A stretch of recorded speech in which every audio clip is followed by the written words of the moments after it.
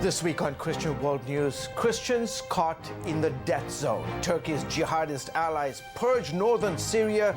Will the world sit idly by? Plus, obeying the call. Why this pastor, author, and internationally known Bible teacher is leaving his comfortable life in America to become a missionary. And radical prayers. As a boy, his prayers set his whole family on a new direction in life. Decades later, he did it again. Only this time, God took him somewhere he didn't want to go. Hello, everyone. This is this week's edition of Christian World News, and I am George Thomas. And we are so happy to have you back. Thank you. Wonderful. God bless you. Thank you. Well, I'm Wendy Griffith. We thank you so much for joining us. Just days before a scheduled White House visit with President Trump, Turkey's president says his troops will continue assaulting northeast Syria. Reports of ethnic cleansing and war crimes has some calling the area a death zone. As my colleague Chris Mitchell reports, U.S. lawmakers are calling Turkey to account for Recep Erdogan's invasion. Dave Eubank of the Free Burma Rangers remains on the front lines and tells CBN News what he's seen and heard. There's been constant fighting since the invasion. There's never been a ceasefire, not one day. Airstrikes by drones, regular airstrikes, artillery, mortars, Turkish tanks, shooting right at us. He says the U.S. exit left a vacuum on the battlefield. Once we stepped back, boom, here came the Turks and the Free Syrian Army, most of whom were jihadis. And they fled and ran for their lives, over 300,000. Massive ethnic cleansing that now America is part of.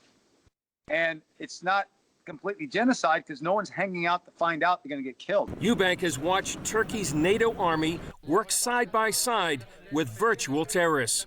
The Free Syrian Army is a wicked force unleashing terror. We've seen them mutilate girls, torture civilians, yell Allahu Akbar, just like we saw ISIS do against us. So I would say they're a wicked scourge being used by Erdogan to torment the people here, and they've got to be stopped. He accuses them of committing war crimes. Oh, yes. Killing prisoners, killing civilians, chasing people out of their homes, torture.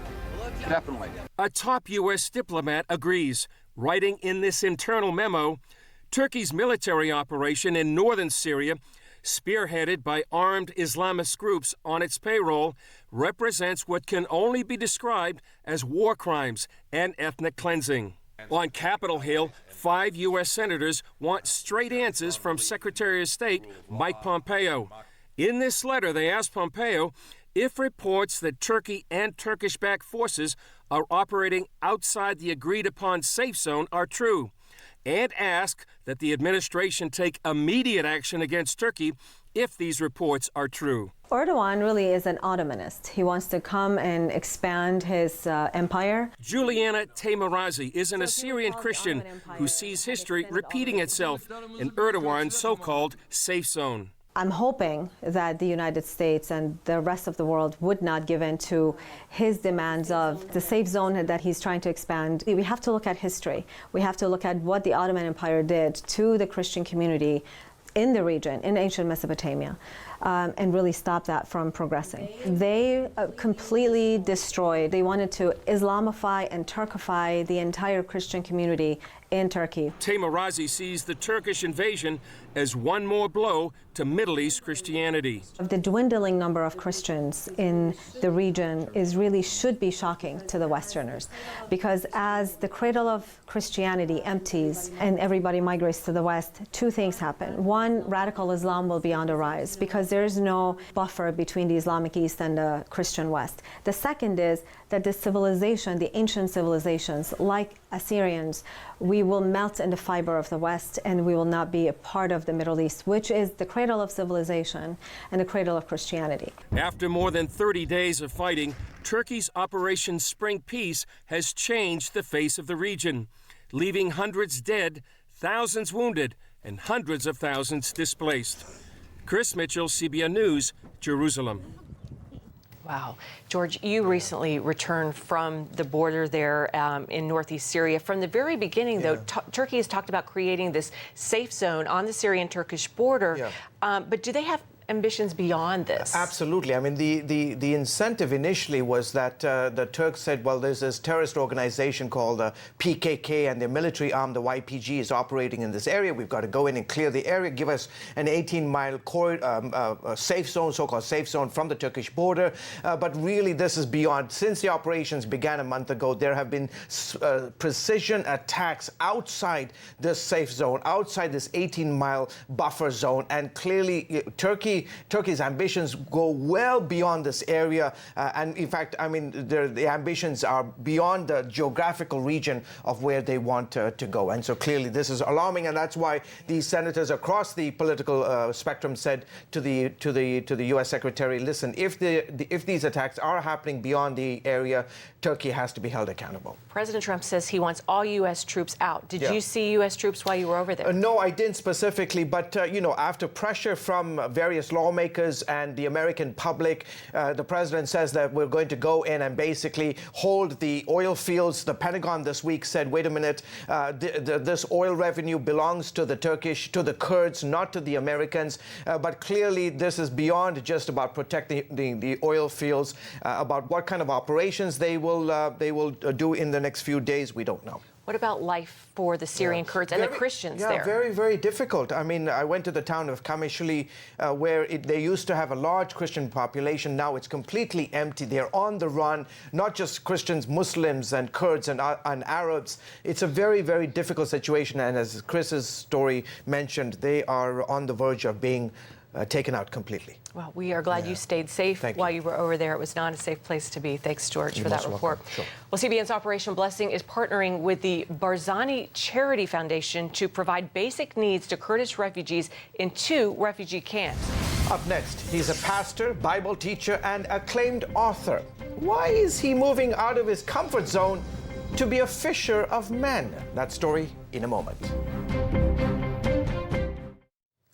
Welcome back to Christian World News. Pastor and best-selling author Francis Chan made a surprise announcement this week. He's leaving his church and moving to Asia to become a missionary. He told the staff and students at Azusa Pacific University Chapel why he's making this radical change. A few months ago, we were in Myanmar, and my wife and I and kids were just with a translator going from hut to hut in these slums and trying to explain to people who Jesus is. And these people had never even heard of him. And the eagerness, the way they listened, and seeing people get baptized, and it was just like, whoa, what do we do on a normal day that even compares to this? And so as we got on the plane home, I'm like, honey, I think it's time to move. It's kind of like, I describe it like this. I feel like I've been fishing in the same pond my whole life. And now there's like thousands of other fishermen at the same pond, and our lines are getting tangled, and everyone's, fighting over stupid things. And one guy, tries some new lure, and we go, oh, he caught a fish. Let's all try his method. And it just feels like, what are we all doing here? Like, what if I heard of a lake that's like a 5-mile hike away, and no one's fishing it? And they're saying, man, the fish are biting, just throw a hook in there, and they'll go for it. Man, I'll make that 5-mile hike if I love fishing. Like, what would keep me at that same pond? I'll tell you what would keep me at the pond is I built a house on the pond, and all my friends have houses on the pond, and we don't even fish that much. We just go out and we hang out and we talk and we play, and I don't want to leave my friends. But if my calling is to go fish, and there's no one fishing over there, why wouldn't I go? Great analogy. Chan adds that he believes too many Christians are trying to appease non-believers. He says it's time to preach the hard truths of the gospel. In just a span of 2 weeks, 3 strong earthquakes struck the same province in southern Philippines. The quakes left 22 people dead and destroyed more than 21,000 homes. Our correspondent Lucille Talusan was there when CBN's Operation Blessing brought survivors much-needed relief and love. Melisita Onok cried uncontrollably because her brand-new house was destroyed by the powerful earthquakes. It was a gift from my children. They worked so hard abroad just to build me the house. But now, everything is gone. All their sacrifices went to nothing. Melisita is now living in a makeshift tent beside her house. What makes it more miserable is that she is bedridden because of a stroke she suffered last year. It's a miracle that she was not injured by falling debris when the house started to collapse as she lay trapped inside. Melisita is among the more than 20,000 families who lost their homes in the string of earthquakes. All of the houses in this village were destroyed by the strong tremors, and some of them were even flattened to the ground like these homes. Tens of thousands of people are overwhelmed by this tragedy. Operation Blessing is there to help them cope by giving them relief goods, medical care, and prayer. Operation Blessing staff and volunteers traveled through rough terrain to reach Melisita's village in the mountains. They gave them bags full of rice, canned goods, milk, noodles, and other goods. Ginilyn Sumon, whose house was also damaged in the earthquake, says this is a big help to them. We really need food. We can't go to our farms because here in the mountains, the aftershocks are very strong. We are afraid we can get caught in the landslides. We lost our house, but I thank God that all of us are alive. Thank you for coming to us. The village chief is very happy.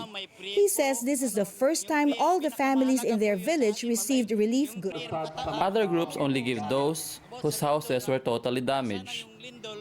But with Operation Blessing, everyone receives. And the prayers are very important because it gives hope to the people.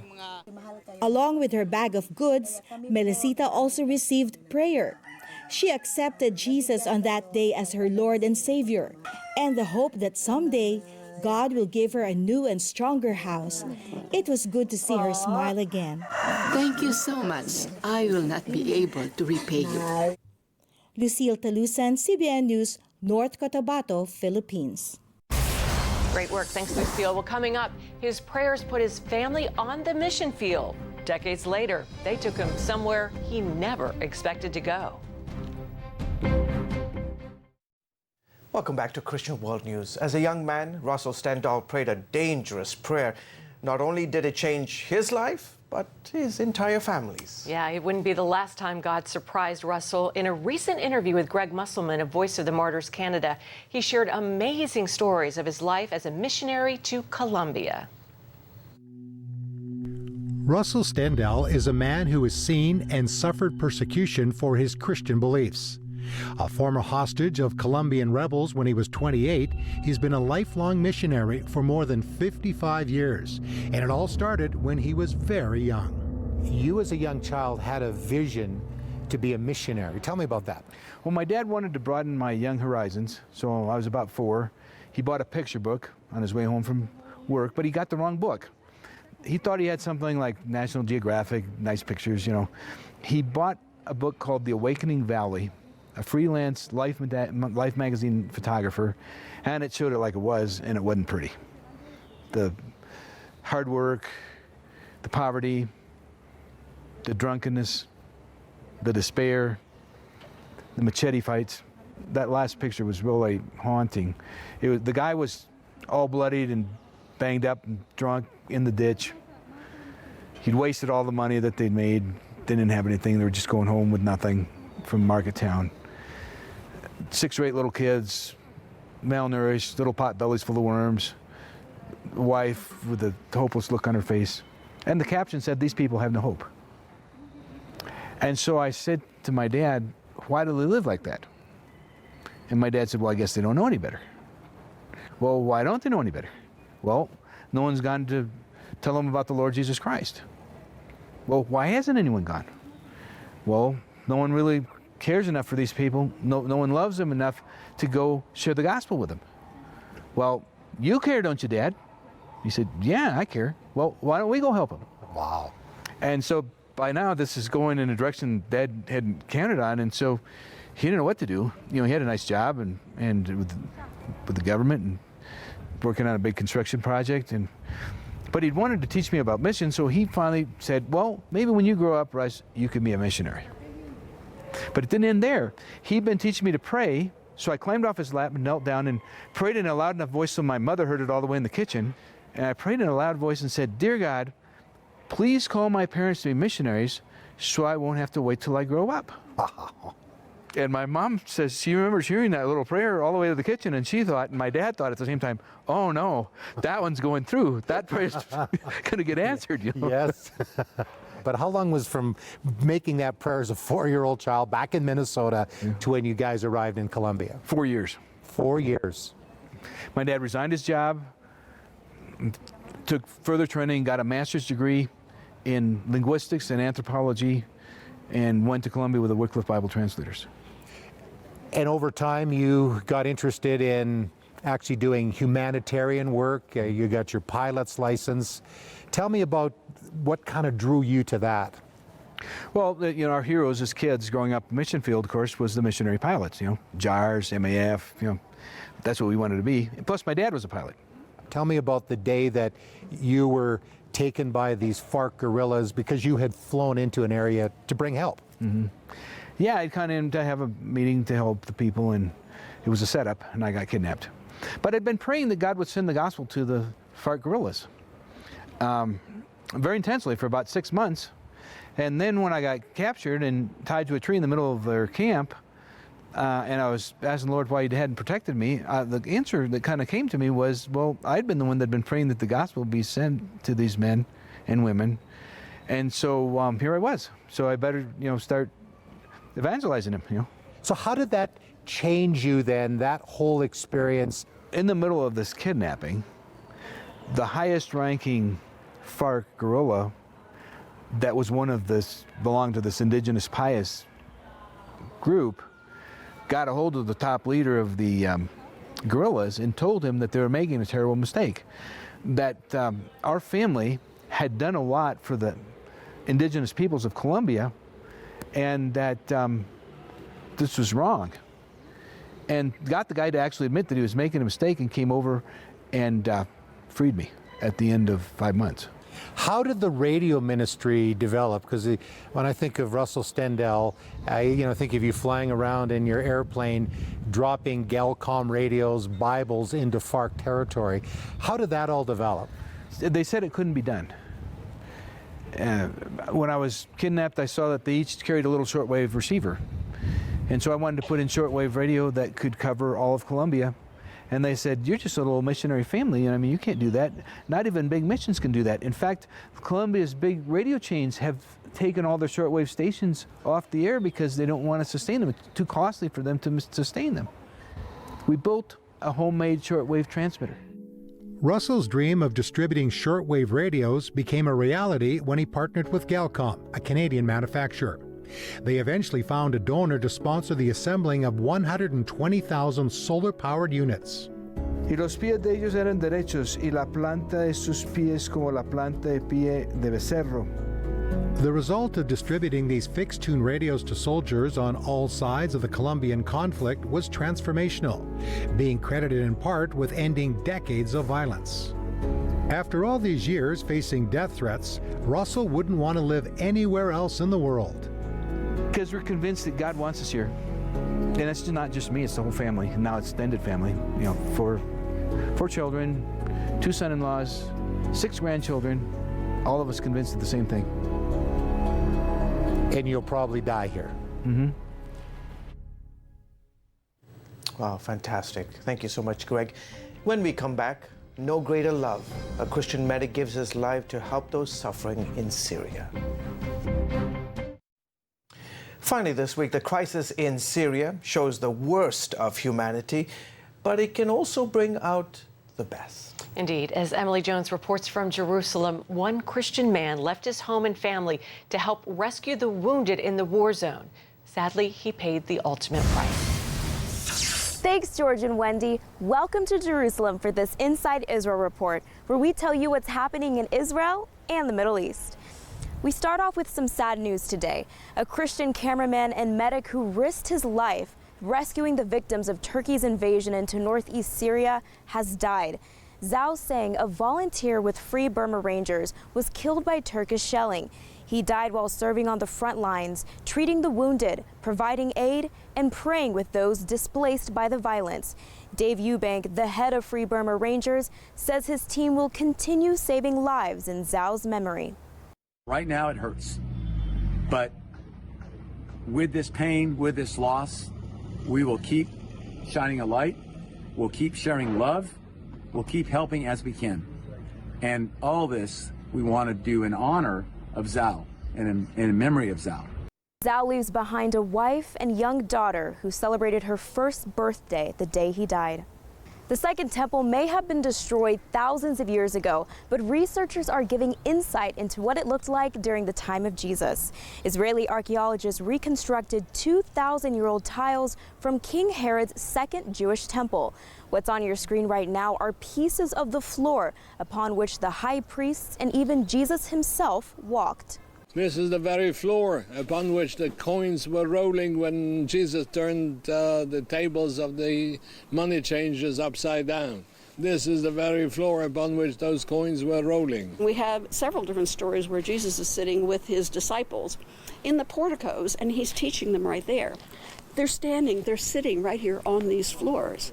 More than 100 top Christian journalists and news executives from around the world came to Jerusalem for the third annual Christian Media Summit. They came to the 4-day conference to discuss key issues related to Israel and the Christian world and strengthen their ties with the Jewish state.